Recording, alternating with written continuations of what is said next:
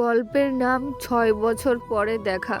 শাড়ির আঁচলটা ঠিক করুন। কথাটি শুনেই অনুরাধা পেছনে তাকিয়ে দেখে তার এক্স বয়ফ্রেন্ড হাসিব। ওহ, আপনি? সমস্যা নেই, শাড়ির এটা স্টাইল। অনুরাধা, তুমি নাকি আত্মহত্যা করেছো? তাহলে এখনও বেঁচে আছো কিভাবে? অনুরাধা, সেটা আপনাকে কেন বলতে যাব বলুন। আর আপনি কে? হাসিব, আমি তোমার বয়ফ্রেন্ড হাসিব। অনুরাধা, এই যে মিস্টার, মুখ সামলিয়ে কথা বলুন। আপনি আমার কিসের বয়ফ্রেন্ড? হ্যাঁ। হাসিব, আচ্ছা বলো তুমি কিভাবে বাঁচলে? অনুরাধা, আল্লাহ যাকে বাঁচিয়ে রাখে তাকে কেউ মারতে পারে না, বুঝেছেন? হাসিব, ও আচ্ছা। অনুরাধা, আচ্ছা কেন করছিলেন এমনটা আমার সঙ্গে জানতে পারি? সবাই ভাবছেন কি হচ্ছে, তাহলে শুনুন আসল কাহিনী।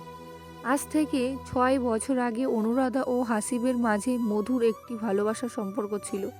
হঠাৎ ১৪ই ফেব্রুয়ারিতে হাসিব অনুরাধাকে জোর করে শারীরিক সম্পর্ক করতে রাজি করায়। পরবর্তীতে যখন অনুরাধা প্রেগনেন্ট হয়, তখন হাসিব তাকে ধোঁকা দিয়ে চলে যায়।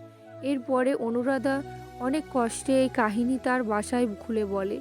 মেয়ের মুখে এইসব শোনার পরে ওর বাবা মা ভালো ডাক্তার দেখে তার চিকিৎসা করে এবং পরবর্তীকালে পড়াশোনার জন্য অনুরাধাকে অন্য দেশে পাঠিয়ে দেয়।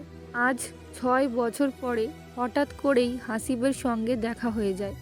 হাসিব, তখন জানি না আমার কি হয়েছিল। অনুরাধা, ওহ, ভালো থাকবেন। আরেকটি কথা, কোনো মেয়ের সঙ্গে এমন করবেন না। হাসিব, ভালোবাসি। অনুরাধা, কাকে ভালোবাসেন? হাসিব, তোমাকে ভালোবাসি অনেক অনেক। অনুরাধা, হা হা হা।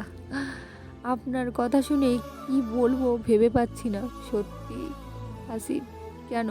অনুরাধা, ভালোবাসা কাকে বলে আগে জেনে নিন, তারপরে আপনার সঙ্গে যার যায় তাকে ভালোবেসে বিয়ে করুন। হাসিব, একটি সুযোগ দাও। অনুরাধা, খারাপ মানুষকে আমি কখনো ২ বার সুযোগ দেই না।